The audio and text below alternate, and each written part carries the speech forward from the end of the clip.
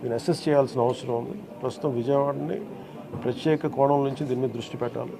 అదొకటి ఫ్లడ్స్ అయిపోయిన తర్వాత ఆలోచిస్తున్నాం. ప్రస్తుతానికి సిసోడియా గారు చెప్పడం దీన్ని డిజాస్టర్ మేనేజ్మెంట్ హెడ్గా, స్టేట్ డిజాస్టర్ మేనేజ్మెంట్ హెడ్గా ఆయన మా దృష్టికి తీసుకొచ్చింది ఏంటంటే ప్రస్తుతం రిసీడ్ అవుతున్న నీళ్లు పెరగట్లేదు.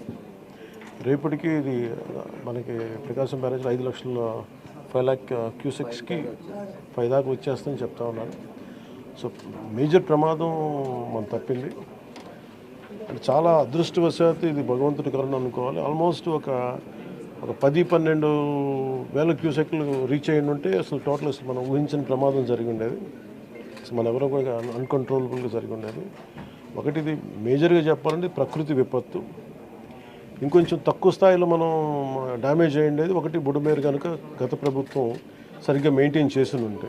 ఎందుకంటే వాళ్ళు అన్నీ చిన్న చిన్న ఇరిగేషన్ ప్రాజెక్ట్స్ కూడా సరిగ్గా కనీసం వాళ్ళు ఈ లాకులు కూడా రిపేర్ చేయలేకపోయిన పరిస్థితులు ఉన్నాయి వాళ్ళకి.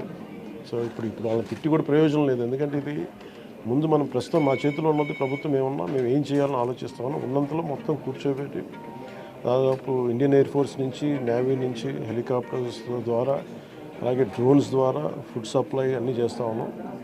అలాగే సహాయ కార్యక్రమాలు ముందుకు తీసుకెళ్తా ఉన్నాం. అలాగే పిఆర్ పంచాయతీరాజ్ నుంచి కూడా దాదాపు 242 టీమ్స్ని ఈ రోజున 262 టీమ్స్ని ఏర్పాటు చేయడం జరిగింది.